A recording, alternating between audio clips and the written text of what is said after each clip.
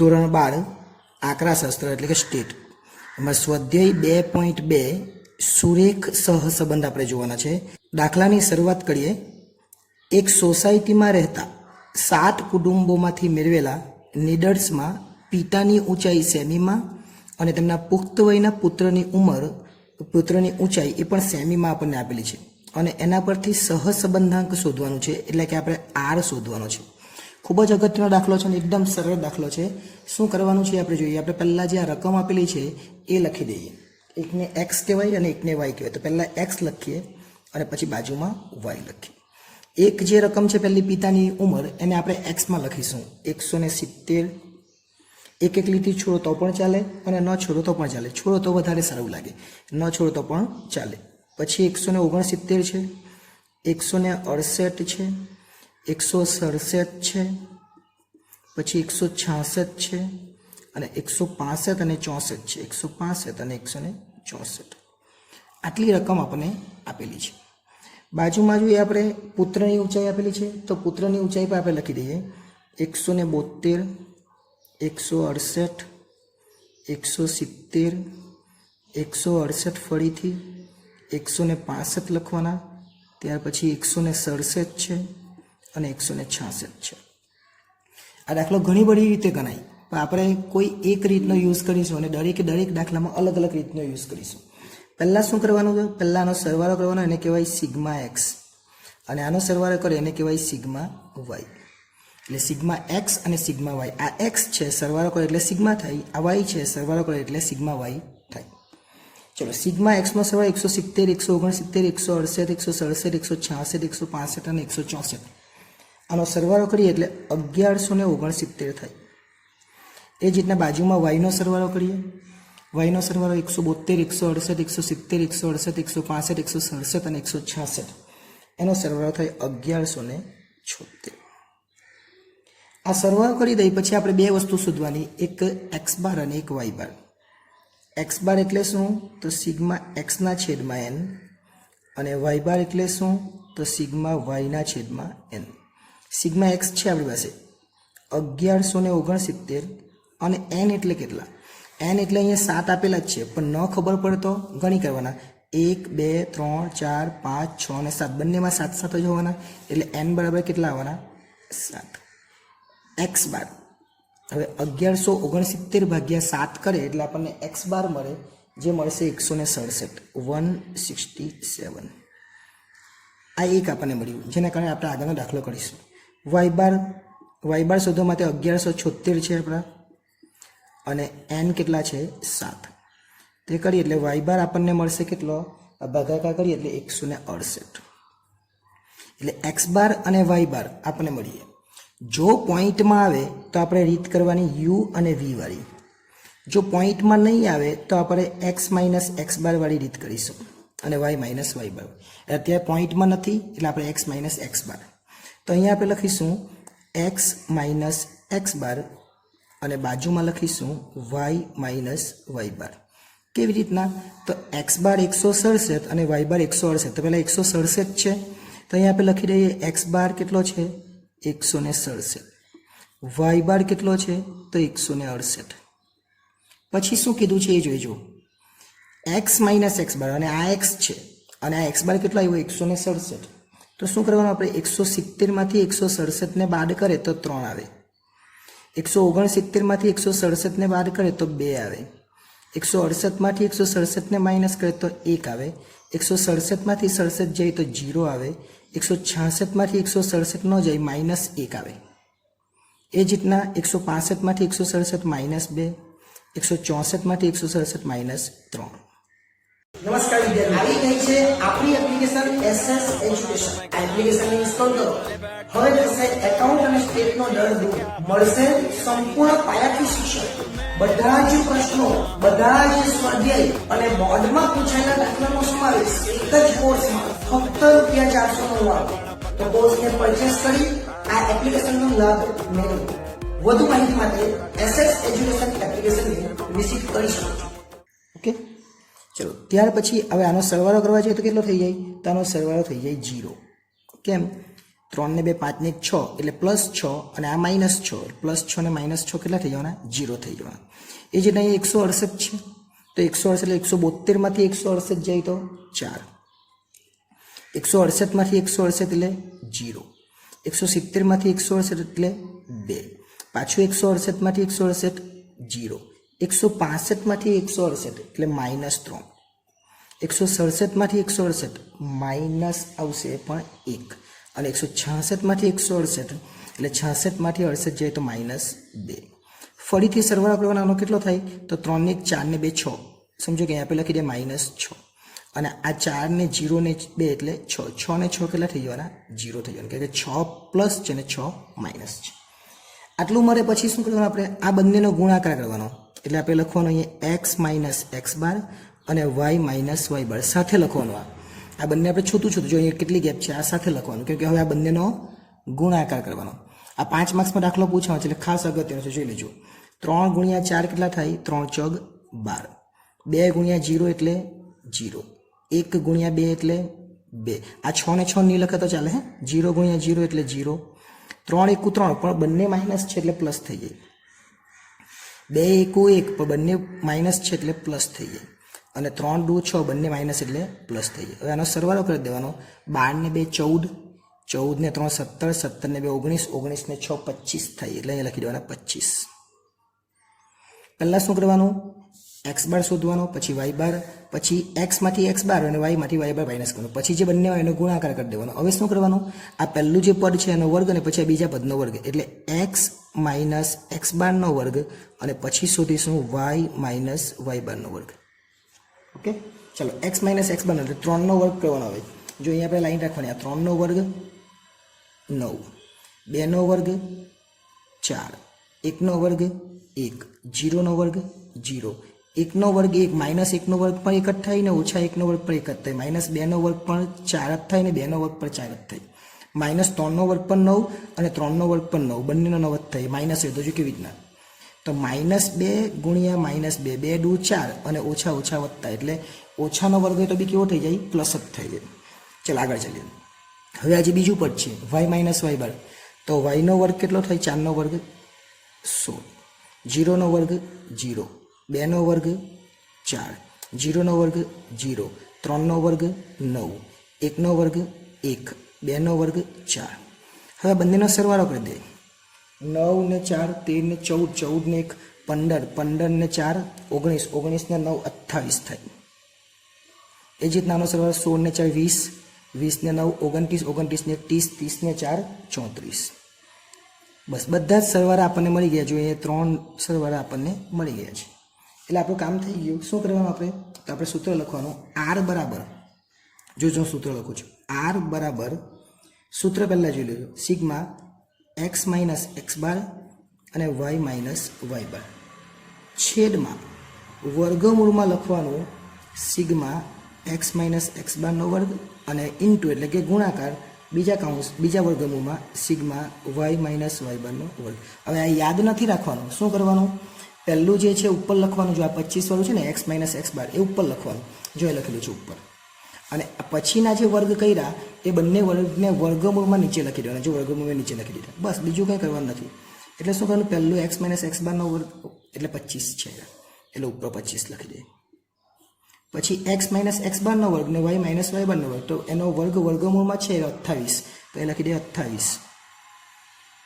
અને ઇન્ટુ એટલે કે ગુણાકારમાં y માઇનસ એટલે કેટલા છે ને 34 છે તો અહીં લખી દે 34 તો લખવાનું 25 છેદમાં 28 નું વર્ગમૂળ અને 34 નું વર્ગમૂળ કાઢે તો પણ ચાલે અને આ બંનેનો ગુણાકાર કરીને લખી દે તો પણ ચાલે એટલે 28 અને 34 નો ગુણાકાર કરવાનો તો 952 થાય એને વર્ગમૂળમાં લખી દેવાના અથવા બંનેનું વર્ગમૂળ કાઢીને ગુણાકાર કરે તો પણ ચાલે ઓકે આટલું થઈ જાય પછી એનો વર્ગમૂળ કરવાનું તો 25 ના છેદમાં 952 નું વર્ગમૂળ લખવાનું કેટલું આવે તો 30.85 આવે 30.85 અને પાછળના બે આંકડા લખવા તો લખી દે 45 છે તો r બરાબર શું કરવાનું હવે 25 ભાગ્યા 30.85 45 કરીએ આપણે એટલે 0.81 જવાબ આવે બે આંકડા લઈ લેવાના કેટલો આવે 0.81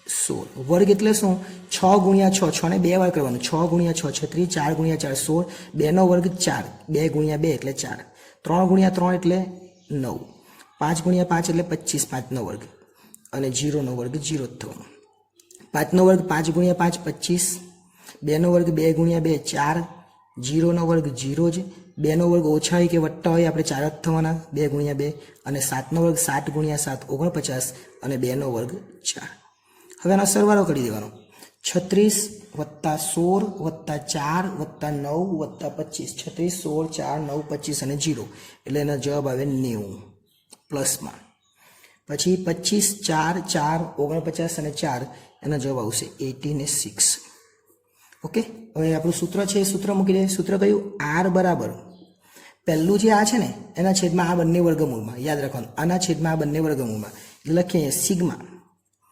x માઇનસ એક્સ બાર અને y માઇનસ વાય બાર જો એ જ છે આ x માઇનસ એક્સ બાર આગળ ખાલી સિગ્મા લખ્યું અને આ જ બંને લખવાના પર વર્ગમૂળમાં લખવાના એટલે કેવી રીતના જોજો વર્ગમૂળમાં x માઇનસ એક્સ બારનો વર્ગ ઇન્ટુ વર્ગમૂળમાં y માઇનસ વાય બારનો વર્ગ જો એ જ છે x માઇનસ એક્સ બારનો વર્ગ અને y માઇનસ વાય બારનો એ જ લખી દીધું આપણે હવે આ બધી રકમ લખી દે પહેલામાં કેટલી છે 79 એટલે ઉપર લખી દે આપણે 79 છેદમાં વર્ગમૂળમાં કેટલા છે તો 90 તો વર્ગમૂળમાં 90 લખી દઈએ ગુણ્યા અને વર્ગમૂળમાં 86 લખી દઈએ એક ભૂલ નહીં કરતા જે અત્યારે જો 79 માઇનસ છે એટલે માઇનસ લખવાના એટલે એ ભૂલ નહીં થઈ જોવાની બરાબર ચાલો 79 છે ઉપર એ તો માઇનસ લખી જ દેવાના નીચે બંનેનું વર્ગમૂળ કરે તો પણ ચાલે ડાયરેક્ટ ગુણાકાર કરે તો પણ ચાલે એટલે તમારે 90 ને ગુણ્યા 86 આ બંનેનો ગુણાકાર કરીએ તો કેટલા થાય 77 40 થાય એટલે વર્ગમૂળમાં લખવાના 77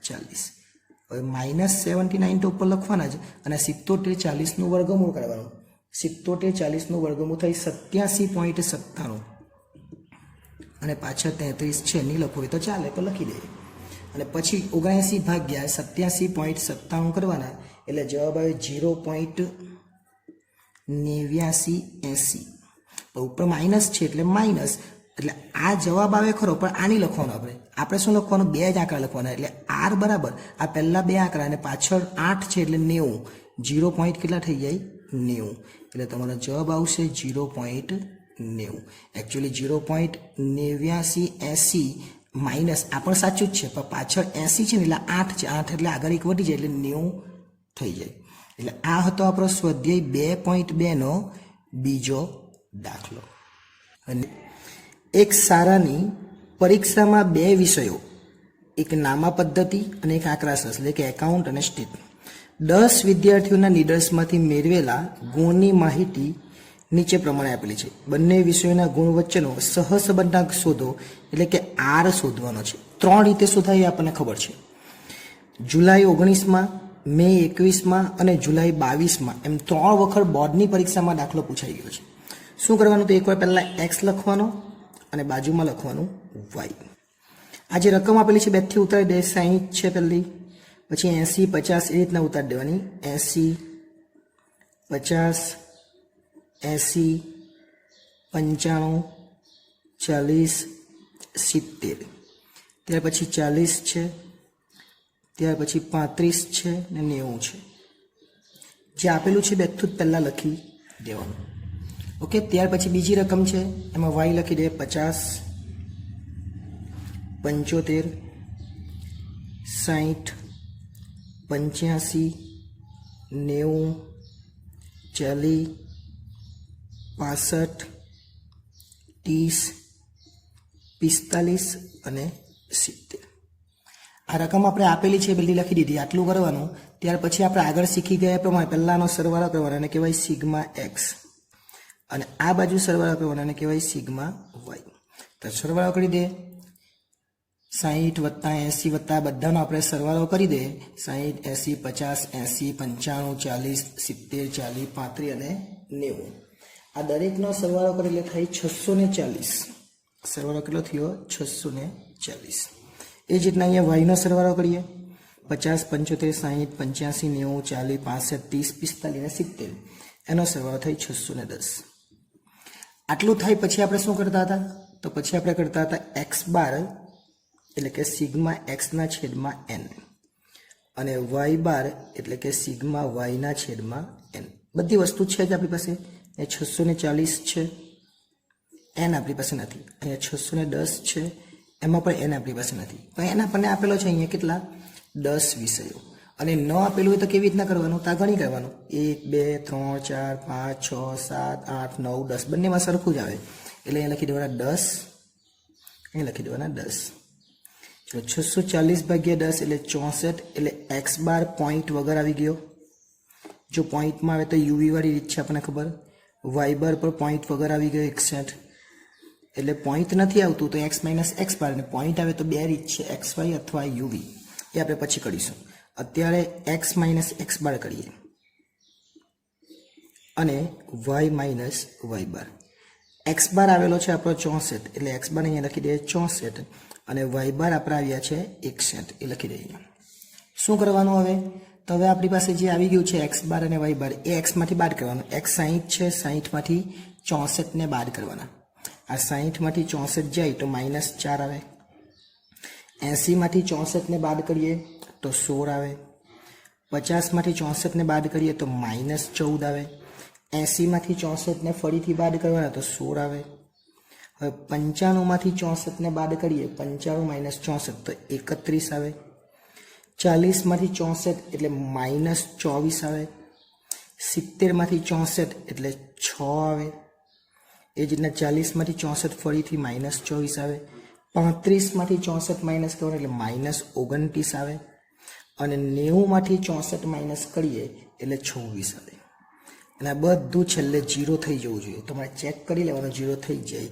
આ ઓછા ઓછાનો સરવાળો 4 14 28 28 ને આ 24 આ 24 ને 29 આ બધાનો ઓછા ઓછાનો સરવાળો અને 16 31 16 6 26 આ વત્તાનો સરવાળો. જરૂરી નથી એટલે આપણે નથી કરતા કેમ કામનું નથી, પણ એ 0 થઈ જવું જોઈએ. ત્યાર પછી વાય બાર. વાય એટલે 50માંથી 61 જાય તો -11 આવે. એ જ રીતના 75માંથી 61 જાય તો કેટલા આવે? તો 14 આવે. 60માંથી 61 -1. 85માંથી 61 જાય તો 24 આવે. 90માંથી 61ને બાદ કરીએ તો 29 આવે. 40માંથી 61ને બાદ કરીએ, 40માંથી 61 નહીં જાય એટલે -21 આવે. 65માંથી 61 એટલે 4 આવે. 30માંથી 61 નહીં જાય એટલે -31 આવે. 45માંથી 61ને બાદ કરીએ એટલે -16 આવે. અને 70માંથી 61 જાય તો 9 વધે. આ પણ 0 થઈ જવો જોઈએ. લખવાની જરૂર નથી, આપણે લખી દઈએ, બરાબર ને? હવે આ બંનેનો ગુણાકાર કરવાનો એટલે એક્સ માઇનસ એક્સ બાર અને વાય માઇનસ વાય બાર આ બંનેનો ગુણાકાર એટલે 4 × 11 44 થાય. બંને ઓછા છે એટલે વત્તા લખવાનું. ત્યાર પછી 16 × 14 કરવાના તો 224 થાય અને વત્તા જ છે. ત્યાર પછી 14 × 1 એટલે 14 જ થાય, ઓછા છે એટલે વત્તા થઈ, ઓછા ઓછા વત્તા. 16 × 24 કરીએ એટલે 384 થાય. 31 × 29 કરવાનું એટલે 899 થાય. 24 × 21 કરવાનું એટલે 504 થાય, પણ ઓછા ઓછા વત્તા. 6 × 24. 24 × 31 કરીએ એટલે 744 થાય, પણ ઓછા ઓછા વત્તા. 29 × 16 કરીએ એટલે 464 થાય, પણ ઓછા ઓછા વત્તા. અને 26 × 9 કરીએ એટલે 234 થાય. હવે આ બધાનો સરવાળો કરી દેવાનો. ચલો સરવાળો કરીએ. 44 224 14 384 899 504 24 744 464 અને 234 એટલે સરવાળો થઈ 35 35 35 એક સરવાળો આવી ગયો. એક આવી જાય પછી બીજું સરવાળો શું? તો પછી આપણે કરવાનું પહેલાનો વર્ગ ને બીજાનો વર્ગ. પહેલાનો વર્ગ એટલે એક્સ માઇનસ એક્સ બાર એનો વર્ગ કરવાનો અને પછી લખવાનું વાય માઇનસ વાય બાર એનો વર્ગ કરવાનો. આ વર્ગમૂળમાં સૂત્રમાં નીચે મૂકી દેવાનું, આપણને ખબર છે. પહેલા 4નો વર્ગ 16. હવે જે ઓછા હોય તો બી વત્તા જ થઈ જશે. 16નો વર્ગ 256 થાય. 14નો વર્ગ 196 થાય. 16નો વર્ગ ફરીથી 256 જ થાય. 31નો વર્ગ એટલે 31 × 31 કરવાના 961 થાય. 24નો વર્ગ 576 થાય. 6નો વર્ગ 36 થાય. ફરીથી 24નો વર્ગ એટલે 576 જ થાય. 29નો વર્ગ એટલે 29 × 29 એટલે 841 થાય. અને 26નો વર્ગ એટલે 26 ગુણ્યા 26 આપણે કરીએ તો 676 થાય.